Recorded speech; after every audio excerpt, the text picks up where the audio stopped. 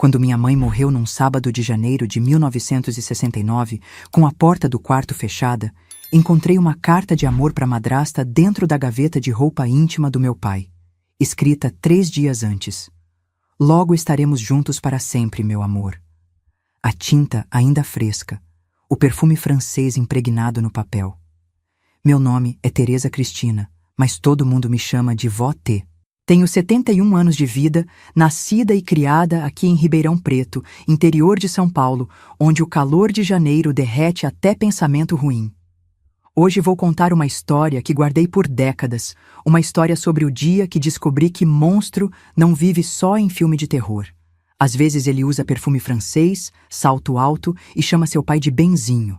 Era 1969, eu tinha 19 anos. Cabelo comprido que minha mãe adorava pentear, vestido de chita que ela mesma costurava, sonhos bobos de moça do interior. Morava com meus pais numa casa simples mas feliz na Vila Tibério, uma das partes mais antigas de Ribeirão Preto. A casa era daquelas de taipa, com um quintal grande cheio de árvore de fruta, manga, goiaba, limão. Meu pai, José Cristino, trabalhava na cervejaria Antártica, na linha de produção. Saía cedo, voltava tarde, mas nunca faltou nada em casa. Minha mãe, Aparecida, além de cuidar de tudo, fazia quentinha para vender. Acordava 4 da manhã para deixar tudo pronto, os entregadores pegavam às 6. Comida simples mas caprichada: arroz, feijão, um ovo frito, salada, farofa. 20 quentinhas por dia, às vezes 30 quando tinha encomenda de obra. Eu ajudava no que podia. De manhã, antes de ir para a escola, descascava batata, lavava arroz, picava tempero. À tarde, depois da aula, lavava as marmitas de alumínio que voltavam, preparava para o outro dia. Minha mãe cantarolava enquanto cozinhava, sambas antigos, modinhas, músicas que aprendeu com minha avó. A cozinha sempre cheirava a alho refogado, coloral, cominho. Cheiro de casa, de família, de amor. Tudo mudou naquela manhã de sábado. Era janeiro de 1969, mês mais quente do ano em Ribeirão. Aquele calor úmido que deixa a roupa colada no corpo, que faz o asfalto derreter. Normalmente, acordo com o barulho da minha mãe na cozinha, panela batendo, água correndo, rádio ligado baixinho no programa da manhã. Mas naquele dia, silêncio. Estranhei. Eram 7 horas e nada de movimento. Levantei devagar, o ventilador velho ainda girando no quarto, fazendo aquele ruído de sempre. Fui até a cozinha, vazia, fogão apagado, mesa sem café. Mãe, nada. Fui até o quarto deles. Porta fechada, o que também era estranho. Minha mãe sempre deixava aberta para circular o ar. Bati de leve. Mãe, tá acordada? Silêncio. Abri a porta devagar. O quarto estava escuro, cortinas fechadas, minha mãe deitada de lado, virada para a parede, o lençol subindo e descendo no ritmo da... Não, pera. O lençol não estava subindo e descendo. Mãe? Me aproximei. Toquei no ombro dela, frio, duro. Virei ela devagar e dei de cara com o horror. Os olhos abertos, vidrados, fitando o nada, a boca entreaberta, como se tivesse tentado gritar. A pele já com aquela cor estranha, meio azulada. O grito que saiu de mim acordou a rua inteira. Um grito que vinha lá do fundo, das tripas, da alma. Meu pai veio correndo da cozinha. Ele já estava acordado, tomando café sozinho. Fingiu surpresa, fingiu desespero. Mas hoje, olhando para trás, vejo que era tudo teatro. Aparecida, meu Deus, Aparecida, que houve? Se jogou em cima dela, sacudiu, chamou, chorou. Lágrimas de crocodilo. Eu sei agora. Na hora, eu só conseguia gritar, chorar, me desesperar. Os vizinhos começaram a chegar. Dona Maria do lado, seu Antônio da frente, Dona Conceição de 2 casas para baixo. Todo mundo entrando sem pedir licença, como é de costume em bairro pobre quando tem desgraça. Chama a ambulância. Traz água com açúcar para a menina. Jesus tão nova. Mas não adiantava a ambulância. Minha mãe já estava fria fazia horas. O médico que veio, Dr. Sérgio, clínico geral que atendia o bairro todo, confirmou o óbvio. Óbito durante a madrugada. Possível ataque cardíaco. Morte súbita. Natural, ele disse. Natural. Natural o cacete. Minha mãe tinha 42 anos. Nunca teve problema de coração. Nunca reclamou de nada. Na véspera, estava normal, cantando, fazendo planos para o domingo. Ia fazer feijoada, já tinha comprado as carnes. O velório foi naquela tarde mesmo. Janeiro em Ribeirão não perdoa. O calor acelera tudo. Não dá para esperar. A funerária São Sebastião, ali na Vila Tibério mesmo, preparou tudo às pressas. Caixão simples, daqueles de pinho. Flores murchas, sempre viva, crisântemo, coisas baratas. Velas derretendo no calor. O cheiro doce de morte se misturando com o de vela e flor murcha. Ah, gente, antes de continuar, eu tenho uma novidade para comunicar para vocês. A equipe desse canal mandou avisar que vai ter um sorteio de R$ 200 para comemorar os 50.000 inscritos nesse canal, Memórias da Vovó. Com isso, para participar desse sorteio, basta comentar nos comentários desse vídeo qualquer coisa sobre você, de onde você é, quantos filhos você tem, uma história sua, você que sabe. Além disso, é obrigatório se inscrever no canal, ativar o sininho e curtir este vídeo. Agora vamos continuar. A casa encheu de gente. Vizinhança toda, parentes distantes que nem lembrava que existiam, gente da igreja. Minha mãe era querida. Sempre ajudava quem precisava, dava comida para quem tinha fome, emprestava dinheiro e esquecia de cobrar. As comadres do terço choravam abraçadas. As clientes das quentinhas lamentavam, todo mundo repetindo as mesmas frases. Tão nova, parecia tão saudável. Coitada da Teresa, agora sem mãe. Deus sabe o que faz. Deus sabe o que faz. Até hoje tenho raiva dessa frase. Se Deus sabia, por que deixou acontecer? Por que levou minha mãe e deixou o monstro? Meu pai fazia o papel de viúvo perfeito, recebendo os pêsames, agradecendo a presença, fungando no lenço. De vez em quando olhava para mim com cara de preocupação fingida. Teresa, filha, vai descansar um pouco. Come alguma coisa, minha filha. Quer água? Café? Solicitude demais. Carinho demais. Devia ter desconfiado ali mesmo. Meu pai nunca foi de muito chamego. Gostava de mim, claro, mas do jeito dele, distante, prático. Homem daquele tempo não era de abraço e beijo. Foi no meio daquela confusão de gente e choro que eu vi ela pela primeira vez. Uma mulher diferente. Alta, magra, mas não mirrada. Magra e elegante. Vestido preto de tecido bom. Não era chita nem algodão barato. Salto alto, bolsa de couro, óculos escuros mesmo dentro de casa. O cabelo loiro platinado, liso, cortado na altura do queixo. Batom vermelho discreto. Perfume francês, daqueles que impregna o ambiente, que marca a presença. Não era do bairro, isso era óbvio. Vila Tibério era bairro de operário, aposentado, gente simples. Aquela mulher gritava dinheiro, sofisticação, outro mundo. Quem é aquela ali? Perguntei para Dona Maria, que estava do meu lado. Não sei, filha. Nunca vi. Deve ser do trabalho do seu pai. Mas não era. Mulher não trabalhava na Antártica. E mesmo que trabalhasse, não ia se vestir assim para ir em velório de operário. Vi quando ela se aproximou do caixão. Olhou minha mãe por alguns segundos, o rosto sem expressão. Não chorou, não rezou, não fez sinal da cruz. Só olhou, como quem confere alguma coisa. Depois se virou e foi falar com meu pai. O jeito que ele mudou quando viu ela. A postura ficou reta, o olhar alerta. Nervoso, ansioso. Na hora não entendi, agora sei. Era culpa, culpa e desejo. Ela estendeu a mão enluvada. Ele apertou. Demoraram demais naquele aperto. Íntimo demais. Olharam nos olhos tempo demais. Meus pêsames, seu José, ela disse. Voz macia, modulada. Voz de quem estudou, de quem aprendeu a falar direito. Obrigado por vir. Clarice. Clarice. Nome de novela. Pensei na hora. Nome de mulher calculada. Ela se virou para mim. Tirou os óculos devagar. Os olhos eram verdes, desses verdes água que hipnotizam, frios, calculistas, me analisando da cabeça aos pés como quem avalia uma mercadoria. Você deve ser a Teresa. Sua mãe falava muito de você. Mentira. Minha mãe nunca mencionou nenhuma Clarice. Eu conhecia todas as amigas dela, todas as comadres, todas as conhecidas. Mulher do interior não tem amiga escondida. A senhora conhecia minha mãe? Éramos conhecidas. Nos víamos de vez em quando. Mais mentira. Minha mãe não saía de casa sem mim. Dia de semana ficava na cozinha fazendo quentinha. Domingo ia na missa comigo e com meu pai. Quando é que ia ver essa Clarice? Engraçado, ela nunca falou da senhora. O sorriso dela vacilou por um segundo. Meu pai se meteu. A dona Clarice é do clube. Do clube que a firma frequenta. Clube? Que clube?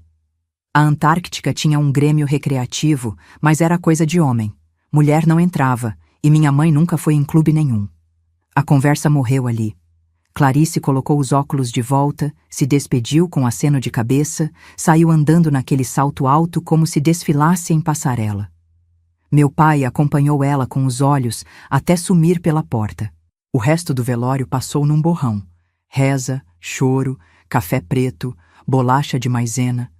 Os coveiros chegaram às 5 da tarde. O caixão foi carregado por vizinhos e parentes. Meu pai na frente, fingindo que as pernas bambeavam. Eu atrás, amparada por Dona Conceição e Dona Maria. O cortejo seguiu a pé até o cemitério Bom Pastor, 5 quarteirões de distância. Sol ainda forte, asfalto fervendo, todo mundo suando. O padre Antônio fez uma cerimônia rápida na capela. Falou sobre vida eterna, sobre desígnios de Deus, sobre aceitação. Besteira. Como aceitar o inaceitável? Como me conformar com a morte súbita da pessoa mais importante da minha vida?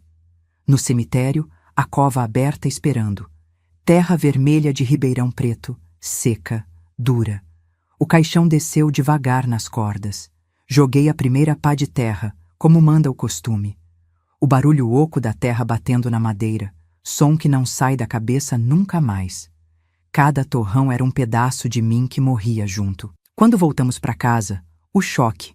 Ela estava lá. Clarice, sentada na nossa sala, tomando café no nosso jogo de xícaras bom, aquele de porcelana que minha mãe ganhou de casamento e só usava em dia de festa. O que ela está fazendo aqui? Perguntei para o meu pai. Teresa, senta. Precisamos conversar. O tom. Aquele tom que adulto usa quando vai dar notícia ruim para criança. Mas eu não era criança. Tinha 19 anos. Idade de casar, de ter filho, de cuidar de casa. Não quero sentar. Quero saber o que essa mulher está fazendo na nossa casa. Não fala assim, Teresa. A dona Clarice... Pode me chamar de Clarice. Ela interrompeu. Afinal, logo seremos família. O chão sumiu. O ar faltou. O mundo parou de girar. Como? Seu pai e eu vamos nos casar, ela disse. Simples assim. Como quem anuncia que vai chover. Mas a mãe nem esfriou ainda. Meu grito ecoou pela casa. Os vizinhos devem ter ouvido. Que escândalo. Mas eu não ligava. Teresa, se acalma, meu pai tentou. Como vou me acalmar? A mãe morreu hoje. Hoje. E você já está trazendo outra para casa? Não é assim. É assim sim. Vocês já se conheciam. Eu vi. Vi o jeito que se olharam. O silêncio confirmou tudo. Os dois se entreolharam. Culpados. Óbvio que eram culpados. Há quanto tempo? Perguntei. A voz agora baixa, mortal. Teresa, há quanto tempo? Alguns meses, meu pai confessou. Alguns meses. Enquanto minha mãe fazia quentinha, lavava roupa, cuidava de casa, ele estava se encontrando com essa vadia. Enquanto ela cantarolava feliz, ele a traía pelas costas. Vocês são nojentos. Não fala assim com seu pai. Clarice se meteu. E você não fala comigo. Não é minha mãe. Nunca vai ser. Foi aí que veio o tapa. Primeiro da minha vida. Mão pesada do meu pai cruzando meu rosto, me jogando de lado. Ardeu. Doeu. Mas mais que o rosto, doeu a alma. Meu pai. O homem que devia me proteger. Batendo em mim. Por causa dela. Pede desculpas para Clarice. Agora. Nunca. Pede desculpas. Vocês que têm que pedir. Para mim. Para minha mãe. Outro tapa. Mais forte. Caí no chão dessa vez. O gosto de sangue na boca. Para, José, Clarice interferiu. Ela tá nervosa, é normal. Normal. Tudo era normal para ela. Roubar marido, destruir família, tudo normal. Vocês mataram ela, sussurrei do chão. O silêncio foi pesado. Meu pai ficou pálido. Clarice apertou a xícara. Que você disse? Vocês mataram minha mãe. De desgosto, de traição. Mataram. Você tá louca. Sua mãe teve ataque cardíaco. É, bem conveniente, né? Morre a esposa, entra a amante. Que coincidência. Teresa, Clarice se levantou. Eu entendo sua dor. Perder a mãe é difícil, mas acusar a gente de... Cala a boca! Você não entende nada! Saí correndo pro quarto. Tranquei a porta, me joguei na cama. Chorei até não ter mais lágrimas, até a garganta doer, até o corpo todo tremer.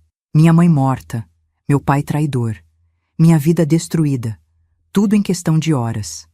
Lá fora, ouvia eles conversando baixinho, fazendo planos, decidindo meu futuro sem me consultar. A voz melosa dela, a concordância covarde dele. Foi ali, naquele quarto, com o gosto de sangue na boca e o rosto ardendo do tapa, que decidi. Ia descobrir a verdade sobre a morte da minha mãe. Custasse o que custasse, demorasse o tempo que demorasse, porque no fundo, bem no fundo, eu sabia.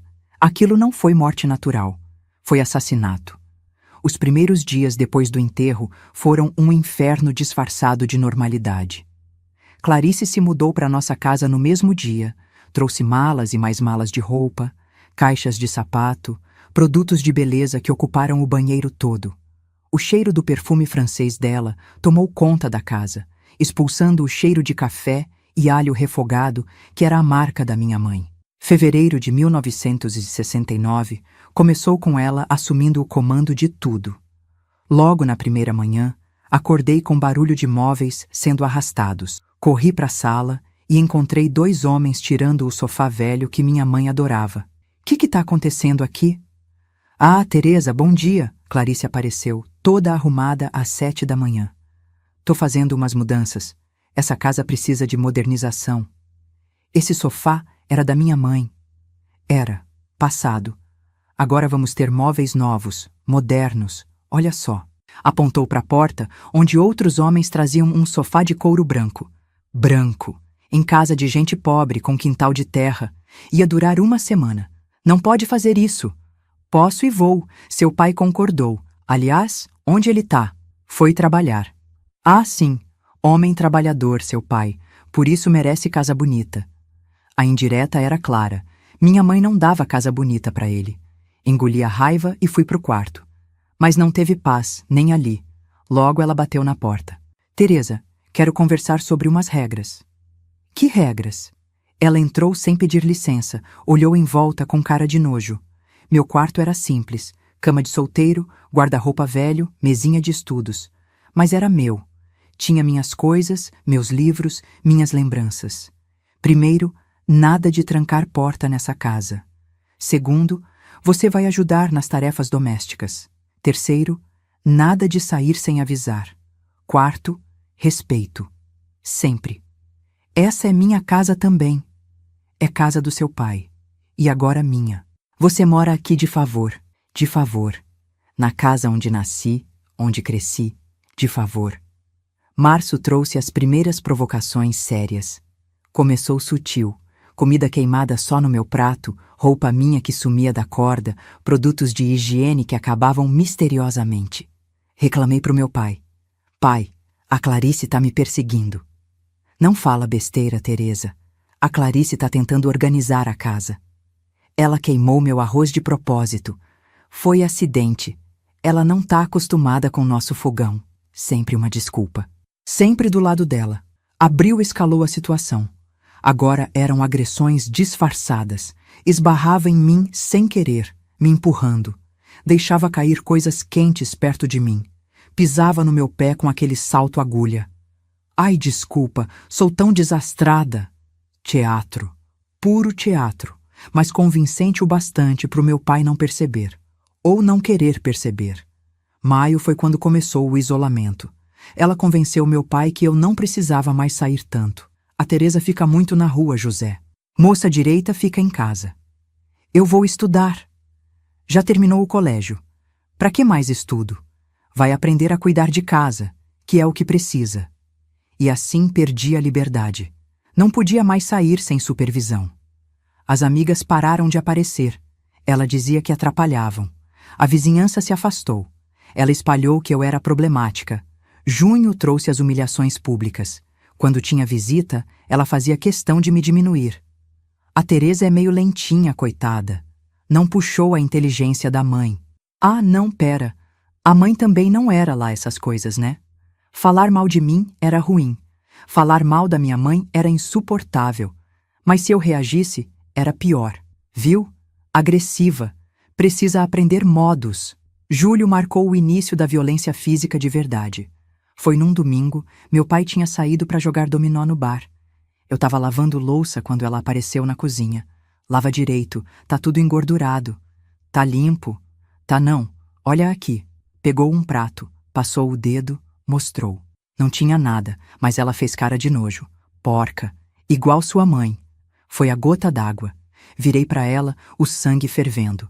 Não fala da minha mãe. Falo o que quiser. Aliás, sabe por que seu pai me escolheu? Porque sou tudo que ela não era. Bonita, educada, limpa. Cala a boca! Ergui a mão, nem sei se ia bater ou só gesticular. Não deu tempo. Ela foi mais rápida, pegou a colher de pau que estava na pia e me acertou no braço. Forte, doeu tanto que gritei. Nunca mais levanta a mão para mim, ouviu? Nunca! Segurei o braço dolorido, lágrimas nos olhos.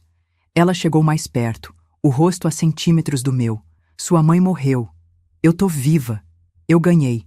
Aceita. Agosto trouxe a escalada da crueldade. Agora ela batia regularmente, sempre quando meu pai não tava. Sempre em lugares que não marcavam muito. Barriga, costas, coxas. Usava o que tivesse à mão. Colher de pau, chinelo, cinto. Se contar pro seu pai, vai ser pior. Vou dizer que você é mentirosa, problemática. Quem ele vai acreditar? Eu sabia a resposta. Tentei contar mesmo assim. Pai, a Clarice me bateu. Bateu? Como assim? Com a colher de pau. Olha meu braço. Mostrei o roxo. Ele olhou, franziu a testa. Clarice? José, a Teresa caiu na cozinha. Eu avisei para ter cuidado com o chão molhado. Não foi isso. Ela me bateu. Teresa, para de inventar história. Pede desculpas para Clarice. Mas pai, pede desculpas. Pedi. Com ódio no coração, mas pedi. Ela sorriu vitoriosa. Setembro intensificou tudo. As surras ficaram piores. Descobri que apanhar calada doía menos. Quanto mais eu gritava, mais ela batia. Aprendi a morder o lábio, apertar os olhos, aguentar. Assim é melhor. Ninguém gosta de escândalo. Outubro chegou com nova forma de tortura. Comida. Ela passou a controlar o que eu comia. Servia menos comida, escondia os doces, trancava a despensa. Você tá gorda. Precisa emagrecer. Homem não gosta de mulher gorda. Eu não tava gorda. Nunca fui. Mas comecei a emagrecer de verdade, de nervoso, de tristeza, de fome mesmo. Novembro trouxe o terror psicológico. Ela entrava no meu quarto de noite, ficava parada do lado da cama, me olhando dormir. Eu acordava assustada. Ela ali, sorrindo no escuro, só checando se tá tudo bem. Dorme, dorme. Mas como dormir com aquela bruxa me vigiando? Foi em dezembro que aconteceu o pior. Véspera de Natal, meu pai tinha saído para comprar bebida para ceia. A casa enfeitada, mesa posta. Ela tinha convidado umas amigas, mulheres ricas, metidas, que olhavam nossa casa com desprezo mal disfarçado. Eu estava na cozinha preparando as coisas, quando ouvi elas conversando na sala. Coitada de você, Clarice. Ter que cuidar da filha dos outros. Pois é. E ainda por cima uma menina problemática dessas. Problemática como? Ai, nem te conto. Agressiva, mentirosa. Acho que puxou o pai. O homem bebia, batia na mulher. Menti. Meu pai nunca bebeu, nunca bateu na minha mãe. Mas eu, boba, não aguentei ouvir. Mentirosa! Entrei na sala gritando. As mulheres se assustaram. Clarice fingiu surpresa. Teresa, que escândalo é esse? Você tá mentindo. Meu pai nunca bateu na minha mãe. Ah, não? Então por que ela vivia roxa? Para de mentir. Foi aí que ela se levantou, calma. Pegou a bolsa, tirou algo de dentro. Uma foto. Mostrou para as amigas primeiro, depois para mim. Era minha mãe, com o rosto inchado, olho roxo. Foto que eu nunca tinha visto. Isso é... sua mãe, depois de uma das surras do seu pai. Eu ajudei ela, coitada. Por isso viramos amigas. Mentira. Tudo mentira. Mas a foto era real. Como? Ela caiu, tentei explicar. Lembro desse dia, ela escorregou no banheiro. Ai, querida, toda mulher espancada fala isso. Caí, escorreguei, bati na porta. As amigas balançavam a cabeça compadecidas. Me olhavam com pena, acreditavam nela. Você é uma víbora. Não vi quando ela pegou a vassoura. Tava encostada no canto da sala, daquelas antigas, cabo de madeira grosso. O primeiro golpe pegou nas minhas costas. Não fala assim comigo. Tentei correr, mas ela foi mais rápida. O segundo golpe acertou minhas pernas, me derrubou. Pirralha mal agradecida! As amigas gritaram, mas não interferiram. Ficaram ali, assistindo o show. A vassoura descia nas minhas costas, braços, onde eu tentava me proteger. Eu cuido de você, dou casa, comida. Cada palavra, uma pancada. Eu gritava, me contorcia, tentava escapar, mas ela tinha força de demônio. Se não fosse por mim, tava na rua. A madeira estalou de tanto bater. Uma das pancadas pegou na minha cabeça. Vi estrelas, gosto de sangue na boca. Clarice, chega! Uma das amigas finalmente falou. Ela precisa aprender.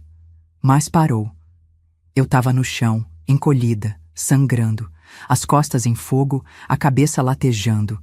Ela largou a vassoura quebrada do lado. Levanta. Vai pro seu quarto e limpa esse sangue antes do seu pai chegar. Me arrastei até o quarto. Tranquei a porta, desabei na cama. O corpo todo doía.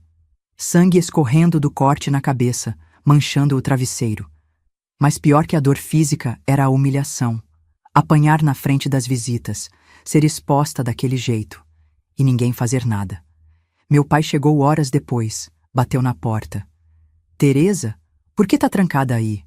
Tô passando mal. A Clarice disse que você fez escândalo na frente das amigas dela. Ela me bateu, pai, com a vassoura. Silêncio. Ela disse que você tentou agredir ela, que teve que se defender. Mentira. Teresa, já chega. Amanhã é Natal. Vamos ter paz nessa casa. E foi embora. Me deixou ali, sangrando, dolorida, sozinha. Passei a noite acordada, o corpo latejando, a cabeça zunindo. Mas pior era o coração. A certeza de que estava sozinha naquela casa, que ninguém ia me defender, que ela podia fazer o que quisesse comigo. No dia seguinte, Natal, desci pra ceia. Maquiagem pesada para esconder os roxos, roupa comprida para cobrir os machucados, sorriso falso para fingir normalidade. Feliz Natal, Teresa, Clarice cantarolou. Fiz peru, sua comida favorita. Não era. Minha comida favorita era o frango assado da minha mãe. Mas concordei. O que mais podia fazer? Durante a ceia, ela foi toda doçura, servindo todo mundo, sorrindo, contando histórias. A esposa perfeita, a madrasta dedicada. Ninguém imaginaria que na véspera ela tinha me espancado com uma vassoura. Teresa tá quietinha hoje, meu pai observou. Tá se sentindo melhor? Clarice perguntou toda preocupada. Ontem ela teve uma crise. Coitada, acho que é o luto ainda. Crise. Era assim que ela chamava. Come, filha, meu pai insistiu. Comida cura tudo. Comi. Cada garfada descendo com dificuldade, o gosto de sangue ainda na boca. Foi naquele Natal que tomei consciência. Eu era prisioneira na minha própria casa, refém de uma mulher cruel que tinha enfeitiçado meu pai. E ninguém ia me salvar, ninguém. Só restava sobreviver, um dia de cada vez, uma surra de cada vez. Até o quê? Não sabia. Mas algo tinha que acontecer. Alguma coisa tinha que mudar. Porque eu não ia aguentar muito mais. Janeiro de 1970 começou com meu pai completamente transformado. Não era mais o homem que conhecia a vida toda. O trabalhador honesto, Pai cuidadoso, marido respeitoso, esse homem morreu junto com minha mãe. No lugar, surgiu um monstro que fazia par perfeito com a Clarice. A primeira mudança foi a bebida. Meu pai sempre tomou uma cervejinha no domingo, uma pinga no aniversário. Coisa pouca, social. Mas depois que a Clarice entrou na nossa vida, ele começou a beber todo dia. Chegava do trabalho e já ia direto pro bar. Voltava tarde, cambaleando, fedendo a cachaça. Onde você estava até essa hora? Clarice perguntava, fingindo preocupação. No bar. Algum problema? Claro que não, querido. Homem precisa relaxar. Ela incentivava. Comprava garrafas de pinga, deixava gelada na geladeira. Quanto mais ele bebia, mais fácil era para ela manipular. Fevereiro trouxe a violência que eu tanto temia. Meu pai bêbado era outro homem, grosso, agressivo, cruel. Começou com gritos. Teresa, cadê a janta? Tá na mesa, pai. Demora demais. Vagabunda igual a mãe. Igual a mãe. Como ele ousava? A mulher que cuidou dele por 20 anos, que aguentou suas ausências, seus humores. Agora era vagabunda? Mas eu calava. Aprendido com a Clarice que reagir só piorava as coisas. Março escalou a situação. Os gritos viraram empurrões. Chegava bêbado, esbarrava em mim, sem querer, me derrubava da cadeira, me jogava contra a parede. Foi mal, tomei o alto, alto. Era assim que ele chamava a bebedeira agora. A Clarice assistia tudo com aquele sorrisinho satisfeito. Às vezes até provocava. José, a Teresa não lavou a louça direito de novo. Quê? Olhas aqui esse prato, encardido. Mentira. Eu esfregava até brilhar, mas bastava ela falar para ele explodir. Menina preguiçosa, não sabe fazer nada. E vinha para cima. Clarice saía de perto, deixava ele fazer o serviço sujo. Abril foi o mês que ele bateu pela primeira vez. De verdade, não só tapa. Foi um domingo, ele tinha perdido dinheiro no jogo. Chegou em casa furioso. Perdi tudo, tudo. E sabe de quem é a culpa? Como a culpa seria minha, nem sabia que ele jogava. Sua, dá azar. Desde que nasceu só deu problema. O soco veio do nada. Acertou meu estômago, me dobrou. Caí no chão sem ar. Para, José. Clarice fingiu protestar. Assim não. Ela merece, filha amaldiçoada. Chutou minhas costelas. 1, 2 vezes. Dor explodindo. Agora chega, querido. Vem, vou fazer um café. E levou ele para a cozinha, me deixando ali no chão. Mais tarde, quando fui pro banheiro cuspindo sangue, ela apareceu. Você provoca ele. Precisa aprender a ficar quieta. Eu não fiz nada. Existir já é provocação suficiente. Você lembra a mãe dele, a traidora. Minha mãe nunca traiu ninguém. Ela riu. Aquela risada fria, cruel. Ah, não? Então por que ele me escolheu? Por que prefere me ter na cama? Nojo. Puro nojo. Saí do banheiro antes de vomitar na cara dela. Maio intensificou tudo. Agora a violência era rotina. Meu pai bebia, Clarice provocava, eu apanhava. Um ciclo infernal que se repetia todo dia. A Teresa respondeu para mim hoje. Quê? Eu pedi para ela lavar o banheiro. Ela disse que já tinha lavado. Mentira. Eu tinha lavado mesmo. Mas não importava. Respondona, vem cá. Corria, me escondia. Mas casa pequena não tem muitos lugares. Ele sempre me achava. Junho trouxe novo nível de crueldade. Eles começaram a me torturar juntos. Era um jogo doentio entre os dois. Sabe o que sua filha fez hoje, José? O quê? Tava conversando com o entregador de gás, dando mole. Vagabunda, igual a mãe. Eu nem tinha visto entregador nenhum. Tava trancada no quarto como sempre. Mas ele acreditava. Sempre acreditava nela. Os socos vinham, os chutes, os tapas. Ela assistia, dava sugestões. Não bate no rosto, vai marcar. Nas costas é melhor, ninguém vê. Aula de tortura. Ela ensinando, ele aprendendo. Julho foi quando quase morri. Literally. Meu pai chegou mais bêbado que o normal. Clarice tinha preparado o terreno. Encontrei isso no quarto dela. Mostrou uma carta. Reconheci minha letra, mas não o conteúdo. Que isso? Carta de amor pro filho do açougueiro. Mentira, eu nunca escrevi carta pra ninguém. Mas como provar? Putinha, já tá se oferecendo?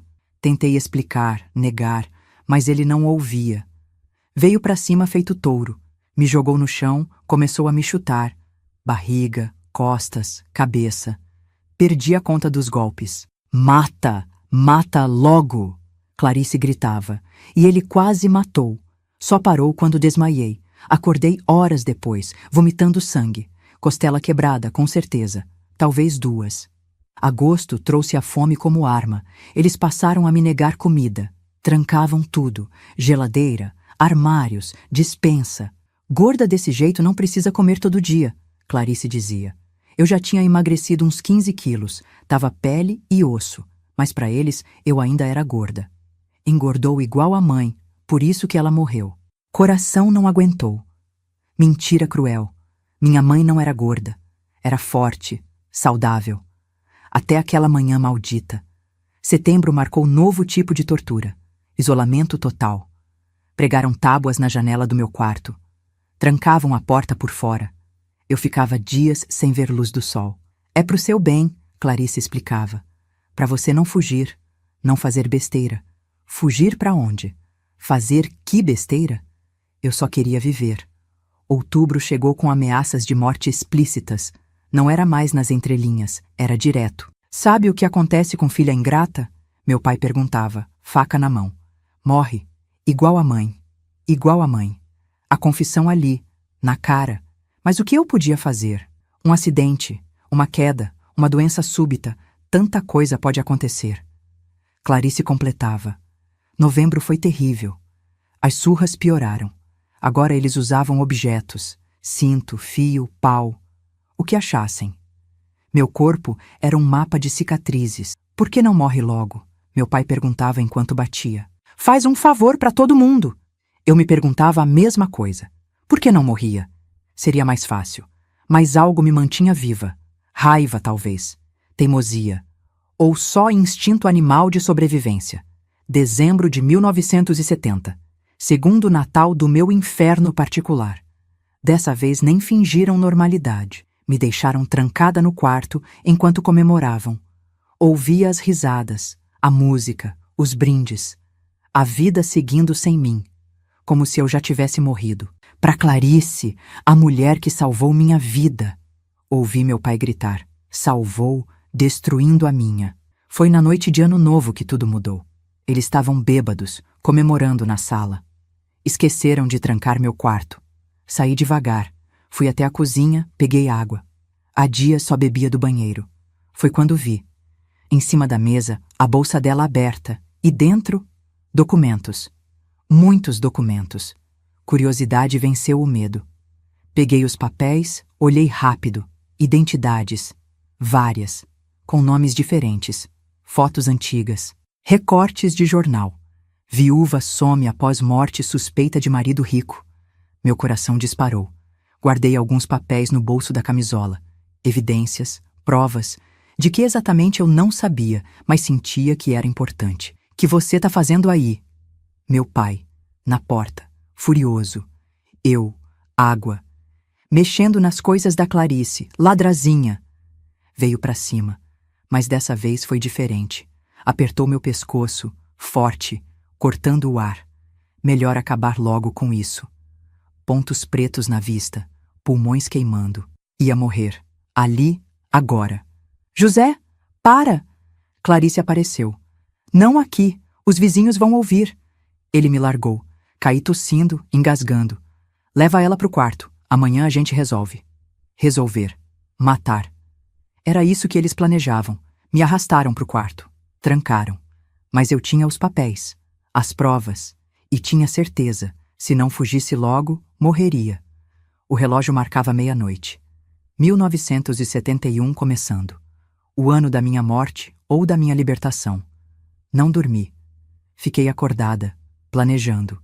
Como fugir? Para onde ir? Com que dinheiro? De manhã ouvi eles discutindo. Tem que ser natural, Clarice dizia. Como foi com a mãe? Demora muito. Prefiro fazer logo. Não seja burro. Quer ir preso? Ninguém vai ligar para ela. Sempre ligam. Tem que ter cuidado. Então, era isso. Estavam decidindo como me matar. Natural como minha mãe. Veneno, provavelmente. Ou violento. Fingir acidente. O desespero me deu forças. Comecei a cavar com as unhas na parede. Madeira velha, úmida. Talvez conseguisse fazer buraco. Horas cavando, dedos sangrando, mas a madeira cedendo. Quando fizer um buraco suficiente para passar a mão, alcancei o trinco por fora. Abri devagar. Casa silenciosa. Eram 3 da tarde. Ele no trabalho. Ela cochilando na sala. Era agora ou nunca. Peguei os documentos que tinha escondido. Saí na ponta dos pés. Coração disparado. A porta da frente. Tão perto, tão longe. 3 passos. 2, 1. Aonde pensa que vai? Gelei. Me virei devagar. Clarice, acordada, me encarando. Volta. Agora. Não. A palavra saiu antes que pudesse pensar. Pequena, mas definitiva. Não? Não volto. Cansei. Vocês querem me matar? Mata. Mas não volto. Ela se levantou. Veio na minha direção. Mas eu fui mais rápida. Abri a porta, saí correndo. Volta aqui, Teresa. Corri. Descalça, camisola rasgada, cabelo desgrenhado. Devia parecer louca, mas livre. Pela primeira vez em 2 anos. Livre. Não sabia para onde ir. Não tinha ninguém. Mas qualquer lugar era melhor que aquela casa. Qualquer destino melhor que a morte. A vizinha, Dona Conceição, estava varrendo a calçada. Me viu, assustou. Teresa, meu Deus, que aconteceu? Me ajuda, por favor. Desabei nos braços dela, chorando, tremendo, viva, por enquanto. Dona Conceição me acolheu naquele dia de janeiro de 1971 como se fosse sua própria filha. Me levou para dentro, fechou todas as portas, mandou o netinho avisar que não estava em casa para ninguém. Me deu banho, roupa limpa, comida quente, luxos que eu tinha esquecido que existiam. Meu Deus do céu, menina, você tá só o osso, e esses machucados. Ela viu as marcas, todas elas, as antigas e as novas, os cortes, os hematomas, as cicatrizes, o mapa da minha tortura gravado na pele. Foi ele, né, seu pai? Assenti sem forças para falar. E aquela víbora também? Assenti de novo. Sabia, desde que ela entrou naquela casa, pressenti coisa ruim. Sua mãe morreu muito estranha. Foi aí que lembrei. Os documentos. Ainda estava com eles, amassados no bolso da camisola. Dona Conceição, achei uma coisa, na bolsa dela. Mostrei os papéis, identidades falsas, recortes de jornal. Ela examinou com atenção, os olhos arregalando a cada descoberta. Jesus Maria, essa mulher é uma criminosa. A senhora acha que ela matou sua mãe? Filha, depois do que tô vendo aqui, não duvido de nada. Passamos a tarde toda examinando os documentos. Eram 3 identidades diferentes, todas com foto da Clarice. Os recortes de jornal falavam de mortes suspeitas, viúvas desaparecidas, heranças questionáveis, um padrão claro emergindo. Precisamos ir na polícia, Dona Conceição decidiu. Não, eles não vão acreditar. Meu pai vai me buscar, vai me matar. Calma, vamos pensar direito. Primeiro você precisa ficar segura. Ela me escondeu na casa dela por 3 dias. Mas era perigoso. Meu pai e Clarice procuravam por toda parte. Batiam nas portas, ameaçavam, faziam escândalo. Sabemos que ela tá aí. Eu sou o pai, tenho direito. A menina é doente, precisa de tratamento. Mentiras, mas convincentes o bastante para a vizinhança começar a pressionar Dona Conceição. O homem é o pai, tem que entregar. Não pode separar família assim. E se ela tiver fugido mesmo? Adolescente rebelde, foi quando Dona Conceição tomou uma decisão arriscada. Teresa, você não pode ficar aqui, mas tenho uma irmã em São Carlos, a Márcia. Ela pode te acolher. São Carlos, longe o suficiente para ganhar tempo, para pensar no que fazer. A fuga foi planejada cuidadosamente. De madrugada, quando meu pai estava bêbado e Clarice dormindo. Ônibus das 5 da manhã, passagem comprada com nome falso.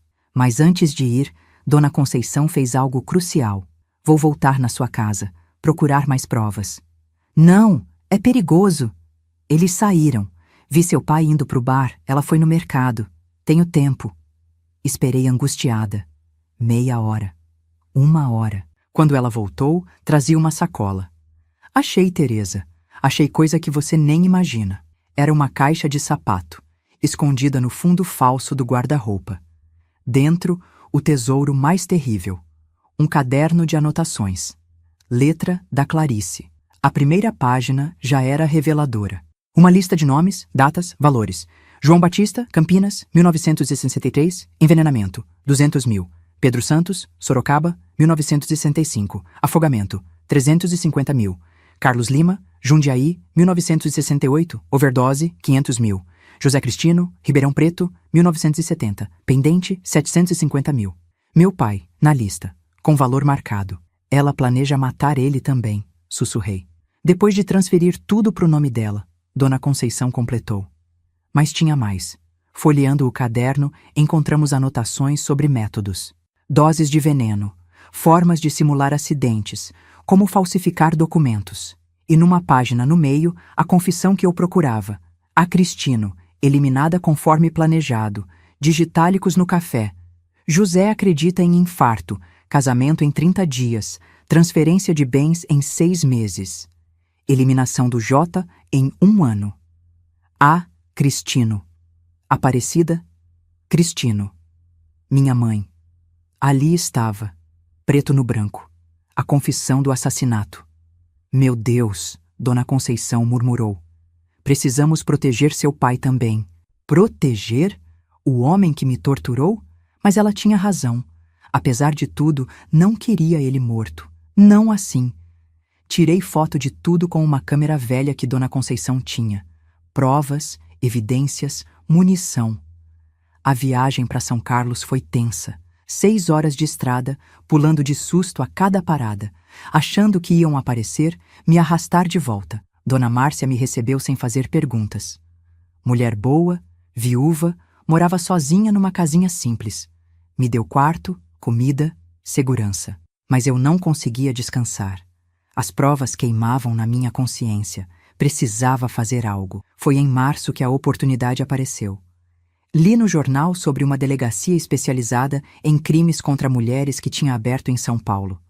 Coisa nova, experimental. Preciso ir lá, decidi. É perigoso, Márcia advertiu.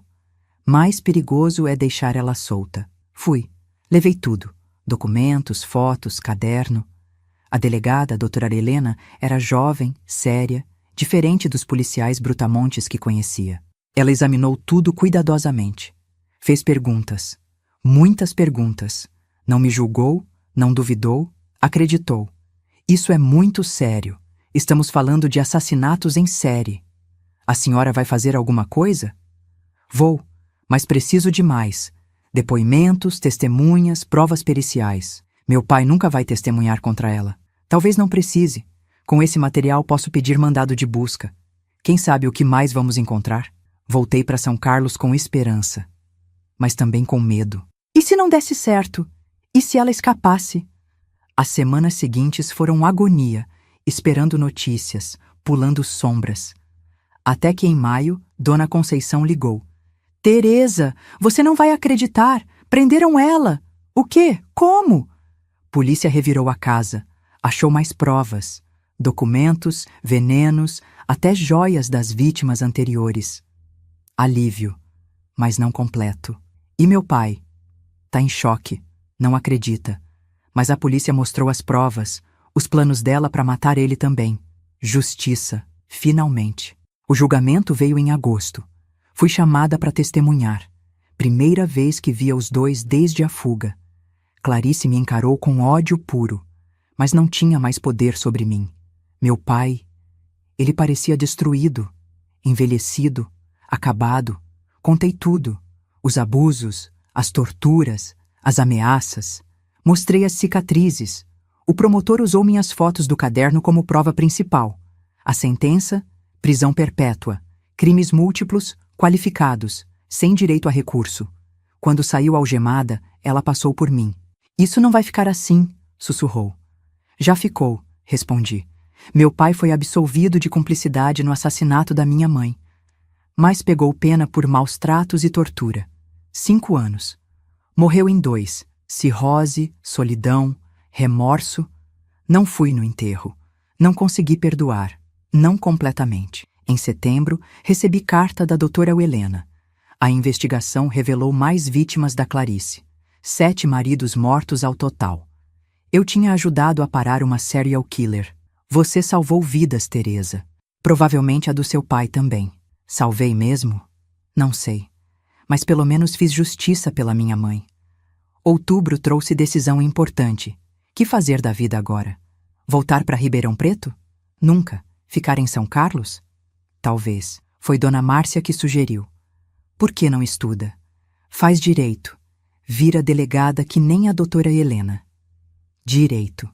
Defender mulheres. Dar voz a quem não tem. Fazer justiça. Gostei da ideia.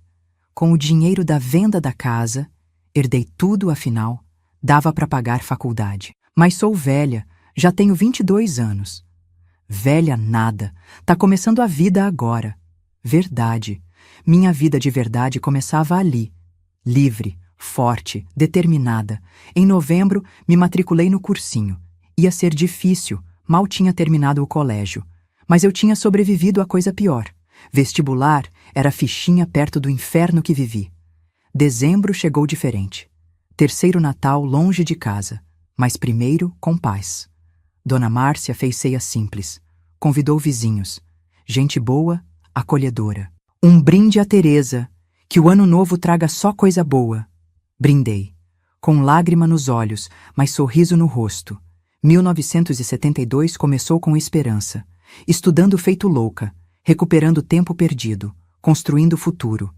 Passei no vestibular, direito na USP de Ribeirão Preto. Ironia. Voltar para a cidade, mas diferente, forte. A faculdade foi desafio e libertação. Cada aula, cada livro me dava ferramentas. Conhecimento é poder. Poder para nunca mais ser vítima. Poder para ajudar outras vítimas. Me formei em 1976. Passei no concurso para delegada em 1978. Voltei para São Carlos, agora como doutora Teresa Cristino. Especializei em violência doméstica. Cada caso que resolvia honrava a memória da minha mãe. Cada mulher que salvava derrotava Clarice de novo. Aposentei depois de 30 anos, centenas de casos, milhares de vidas mudadas. Hoje, aos 71, conto essa história não por vaidade, mas para mostrar que sempre tem saída, que verdade aparece, que justiça existe, às vezes demora, às vezes dói. Mas vem, Clarice morreu na prisão em 1985, esfaqueada por outra detenta. Dizem que foi briga, mas sei que foi vingança. Mulheres protegem umas às outras, até na cadeia. Meu pai morreu achando que eu o traí. Talvez sim, talvez não. Salvei ele da morte, mesmo ele tentando me matar. É traição ou perdão? Não sei. Só sei que sobrevivi. Venci. Transformei dor em propósito. E isso ninguém tira de mim. A vida tem jeito engraçado de dar voltas, sabe? Em janeiro de 1979, eu voltei para Ribeirão Preto como delegada Teresa Cristino. Não mais a menina assustada que fugiu 8 anos antes, mas uma mulher formada, forte, determinada a fazer diferença. Minha primeira semana na delegacia foi um teste. Os colegas homens me olhavam torto. Mulher delegada ainda era novidade. Alguns tentaram me testar, me diminuir. Doutora, esse caso aqui é pesado demais. Deixa com a gente. Pesado por quê? Porque envolve violência doméstica? Silêncio constrangido. É exatamente por isso que vou pegar. Sei do que essas mulheres precisam. E sabia mesmo. Cada caso que chegava na minha mesa era como olhar num espelho do passado.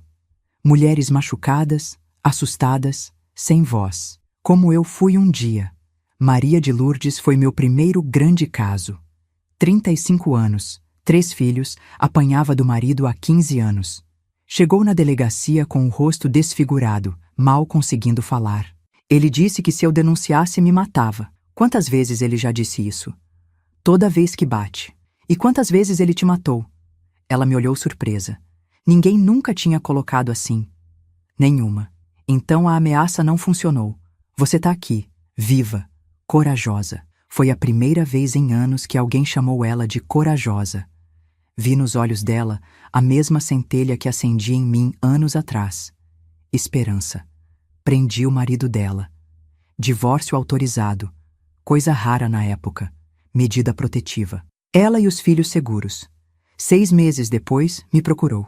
Doutora Teresa, arrumei emprego, aluguei casa, as crianças estão na escola, tô vivendo. Vivendo.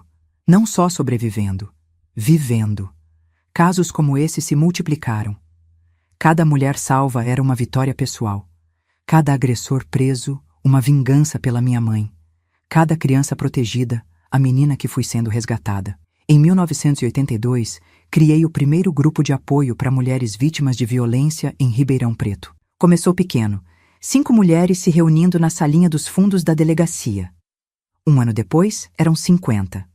5 anos depois, 300. Como a senhora conseguiu superar? Perguntavam sempre. Não superei. Transformei. A dor não some, mas pode virar força. E mostrava como: educação, trabalho, independência, rede de apoio, ferramentas práticas para reconstruir vidas. Em 1985, veio a notícia. Clarice morta na prisão, esfaqueada no banho. Senti nada, nem alegria, nem tristeza. Vazio. Justiça divina? Karma? Coincidência? Não importava. Ela não podia mais machucar ninguém. Foi também em 85 que conheci Roberto, promotor novo na cidade, especializado em crimes contra mulheres. Parceiro de trabalho que virou amigo, depois algo mais. Teresa, você é a mulher mais forte que conheço. Força não é escolha, é necessidade. Não. Muita gente passa pelo que você passou e se quebra. Você se reconstruiu.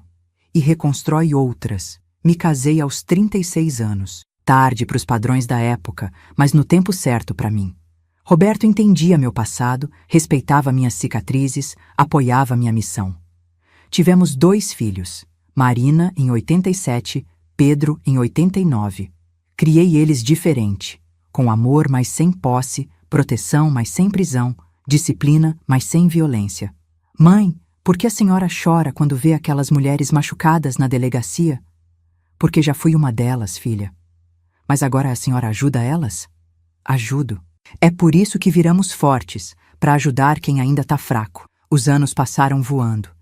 Casos resolvidos, vidas salvas, famílias reconstruídas. Em 1995, fui promovida a delegada-chefe. Primeira mulher no cargo em Ribeirão Preto. Mudei políticas, criei protocolos, treinei equipes. Violência doméstica deixou de ser briga de casal para ser crime sério.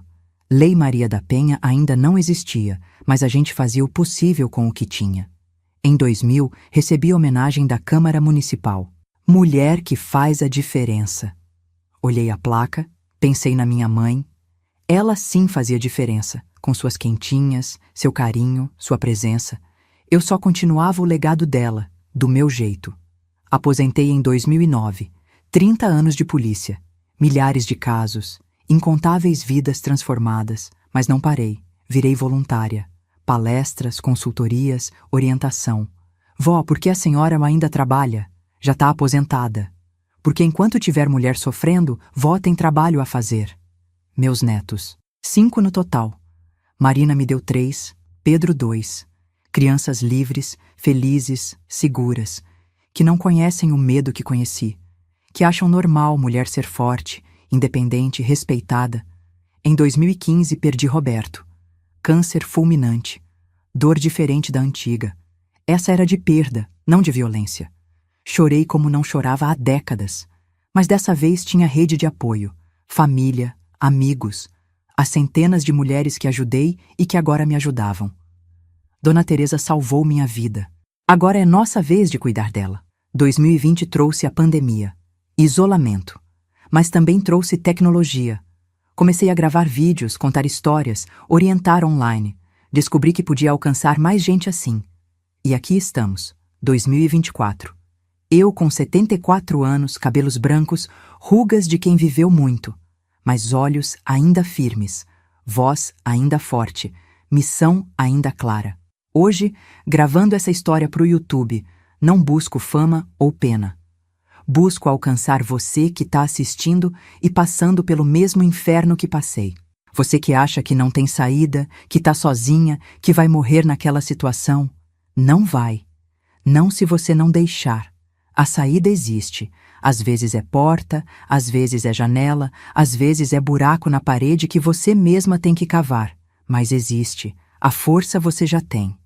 Tá sobrevivendo até agora, não tá? Isso já é força. Só precisa direcionar. O apoio você encontra, nem que seja numa vizinha corajosa como minha Dona Conceição, numa delegacia com alguém que acredita, num grupo de mulheres que entende. A vida depois existe.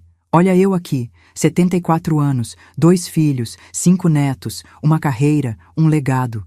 A menina que apanhava todo dia virou a mulher que salvava outras. Se eu conseguir, você consegue. Não vou mentir, é difícil, dói, demora, tem recaída, tem medo, tem noite sem dormir. Mas cada passo para longe do inferno vale a pena, cada dia livre é vitória. Minha mãe morreu sem ver justiça, mas viu através de mim. Cada mulher que salvei foi um beijo no rosto dela. Cada criança que protegi foi um abraço que não pude dar. A Clarice ganhou por 2 anos. Eu ganhei por 50. E continuo ganhando. Meu pai morreu achando que era vítima. Talvez fosse, do próprio machismo. Mas escolheu ser algoz também. Sempre temos escolha, mesmo quando parece que não. Hoje escolho compartilhar, inspirar, motivar. Mostrar que dá para transformar trauma em propósito, dor em combustível, cicatriz em medalha. Você que está assistindo, sua hora vai chegar. A hora de dizer não, de pedir ajuda, de sair, de recomeçar. E quando chegar, agarra com força, porque você merece viver. Não só sobreviver, viver, rir, amar, sonhar, realizar. Sua mãe, avó, bisavó, alguma ancestral sua já sofreu calada. Você pode quebrar o ciclo, pode ser a primeira da linhagem a dizer, chega. E se você não está passando por isso, mas conhece alguém que tá, seja a Dona Conceição na vida dela. Acredite, apoie, ajude. Às vezes um gesto pequeno salva uma vida. Agora, meus netinhos virtuais, vamos lá. Se essa história te tocou, se inscreve aqui no canal. Dá aquele like para ajudar mais mulheres a encontrar esse vídeo. E comenta de onde você está assistindo. Adoro saber que alcancei o Brasil todo. E tem mais. Entra no nosso grupo do WhatsApp. O link está aqui na descrição. Lá nossa equipe manda os vídeos em primeira mão antes de sair no YouTube. Além disso, toda semana tem sorteio de R$ 200 entre os inscritos do grupo. É nossa forma de ajudar quem está precisando começar de novo. No grupo também tem rede de apoio, dicas de emprego, orientação jurídica voluntária. Não é só canal de YouTube, é corrente do bem. Mulheres ajudando mulheres, como sempre foi, como sempre será. Ah, e compartilha esse vídeo, manda para aquela amiga que precisa ouvir, para parente que está sofrendo calada, para o grupo da igreja, do trabalho, da escola. Cada compartilhamento pode ser a salvação de alguém. Termino com isso. Você não está sozinha. Nunca tá. Pode parecer, pode sentir, mas não tá. Tem milhões como você, como eu, sobreviventes, guerreiras, vencedoras. A diferença entre vítima e vitoriosa é só uma decisão. A decisão de não aceitar mais, de buscar ajuda, de acreditar que merece coisa melhor. Você merece. Acredite. Com amor de vó que já apanhou muito, mas bateu de volta na vida, Tereza Cristino, 74 anos, aposentada, voluntária, mãe, avó e, principalmente, sobrevivente vitoriosa. Até o próximo vídeo.